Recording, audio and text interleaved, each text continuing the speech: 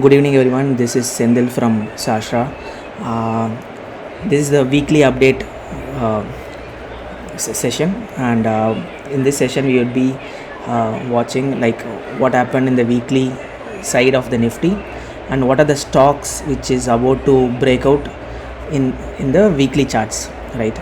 Let's quickly look into Nifty, like how we do it on the daily update.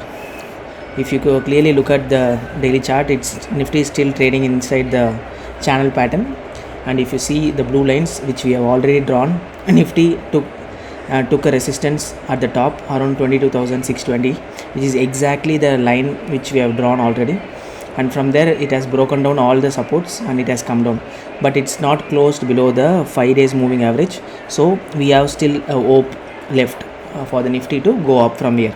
So we need to wait and watch what is happening tomorrow. So based on that, we can take a call. Right. Let's quickly look at the 4 hours chart of Nifty. What's happening? So 4 hours chart clearly indicates that Nifty has closed below the 5 days moving average in 4 hours chart. So I think there will be some sell-off will happen tomorrow morning also, probably. So which we need to see, because the GIFT Nifty haven't fallen much in the Singapore stock market, so probably it can open flat tomorrow or on the negative side. That is what we are expecting. So a dip from here, and then we can, so where we can buy the Nifty is exactly, so if you quickly look at it, I think Nifty is trading close to 22,425 now probably, and maybe 22,450 it's what Nifty is trading currently right now.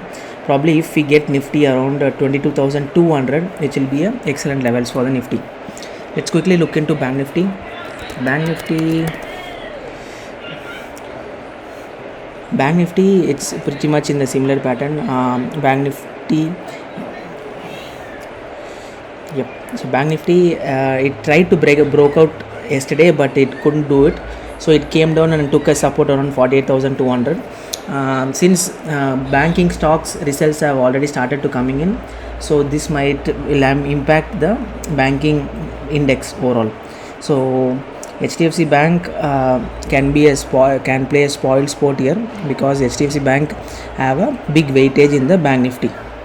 So buy Bank Nifty only after a close of above 48,650. Until then, don't trade in Bank Nifty on the long side. So you can buy a short position and travel to the lower side and make profits. But for the long positions, take Bank Nifty only above 48,650. Until then, don't go for long in Bank Nifty, right? So next, quickly look at IDFC First Bank. IDFC First Bank on Friday gave an excellent upside. It went almost to 86 rupees. So I think we already discussed about IDFC First Bank in a lot of videos. But one thing in IDFC First Bank is that IDFC First Bank came up with the results, and their profits have come down by close to 10% approximately, due to a one-off has been booked in the last. I think there was some one-off been booked in the prior year. So due to that, there's a dip in the IDFC First Bank's profit. So I'm not sure whether, I doubt that the up move will continue. It might take a pause slightly and consolidation will happen, or it might go down as well tomorrow, and then some consolidation will happen, and then the up move will start.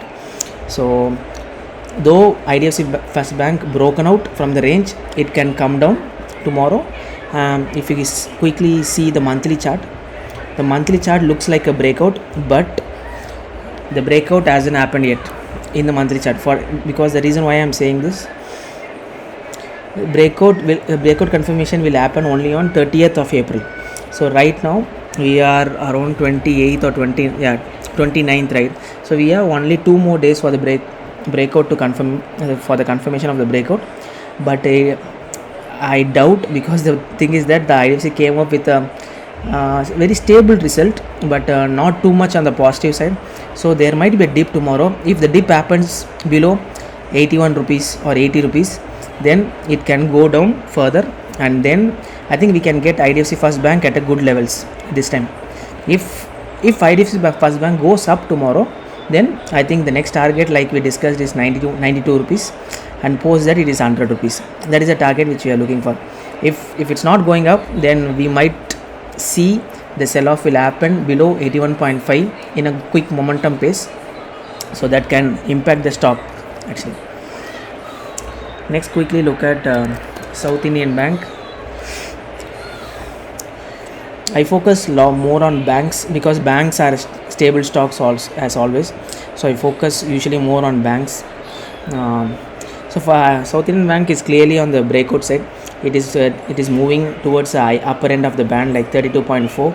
That is what we are interested towards, and we are already having the positions in South Indian Bank as well. So we'll book it around 32 to 34 levels. These are the levels which we are currently looking for. So once these levels are reached, probably as a short term trader, we'll book here and then wait for the good price to come down, wait for the dip basically, and then we'll buy back again. So next important, Ashok Leyland. Ashok Leyland, it's a clear breakout stock. If you notice, there's such a big candle happened the last Friday, and if you notice, even in the weekly chart has clearly given a breakout now, right? And also the closing was, is it above this? No, it's not above this. So any closing above 187.15 can be a trigger for Ashok Leyland, and the target what we are looking for is currently the only thing is that for next 2 days Ashok Leyland has to close above 187.15, or there is a chance that if Ashok Leyland closes above 185, yes, then that is a clear breakout from here. So Ashok Leyland has to hold 185 rupees in next 2 days. If that happens, it's a clear breakout in the monthly chart, and it's I think we might see another 30 rupees move from here, which will take it to 215 rupees or 220 rupees this time. So so we need to wait for another 2 days. But even on the weekly chart, it's a clean breakout on a trend line basis. But on the monthly chart, if we get a confirmation above 185 rupees, it's a clear cut breakout, and we can go for the upper side of the range. Reliance, let's quickly look Reliance, what is happening there. So Reliance,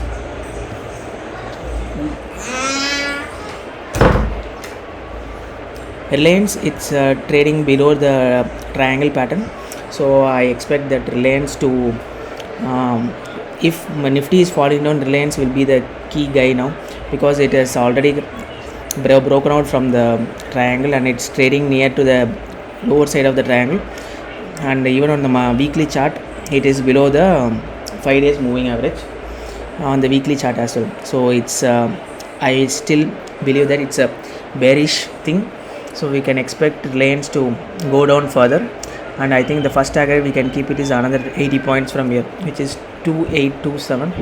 That can be the target which I am looking for as the first target. Suppose that I think it's a clear breakdown in Reliance. One can take a put in Reliance and check it out. So HDFC Bank, if you notice, there's such a big red candle on the weekly chart, but it is not closed below the 5 days moving average. So probably this week we need to wait for the confirmation and take a trade accordingly.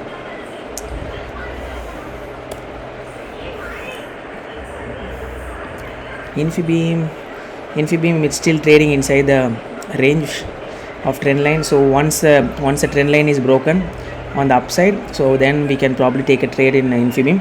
Until then, it is not advisable to take a trade in Infibeam.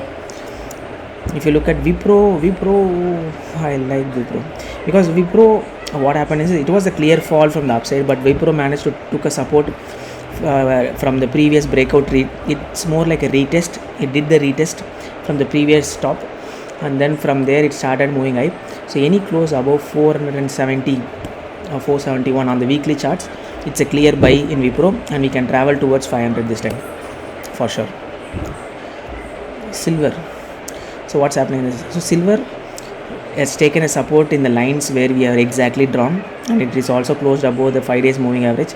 So there might be a bounce back in silver again towards $27 to $28 levels, and then it can come down. So as long as it is below 28,685, it is not a long trade. We can try the short trade until then, right? So don't go for long until it is closed above $28,685, $28 and 6.85 and 685 cents. Similarly, gold also is similar it's trading the similar range. If you notice, it came almost to a line, but it has not touched it, but it is closed above the 5 days moving. So we need to wait how it travels in the next week.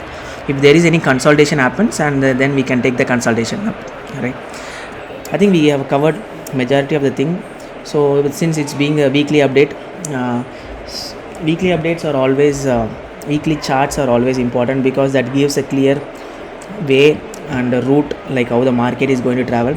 The Nifty has taken and hit a resistance around 28,620, and from there it has fallen close to 200 points from there, 200 or 150 points from there. So we need to watch out how the Nifty performs from here. If Reliance is falling down heavily, the Nifty can take a big hit. So if Reliance is supporting the market, then if Reliance is breaking down, then there should be some other stock which has to support the market, which is like HDFC, ICICI or Axis Bank, or any other bank has to support. If the support is not happening, I think we can clearly see a downtrend will happen in the market. And try to have some puts always. When you have a cash position in the market, try to edge the cash position by using a put, so you can make the money. For example, in IDFC First, if you have a cash position in IDFC First Bank, take a put, because during the results season, if the results is not coming like we expected, market will beat the stocks very badly. So in that case, if you have a put, then you don't need to worry, you will make the money on the other side. Until your money is recovered from your cash market, you can keep this put and travel and make the profit as much as possible, right? I think this is what I was about to tell. So have a nice weekend, and let's see tomorrow what's happening in the market, and we'll see in the daily update, right? Thank you.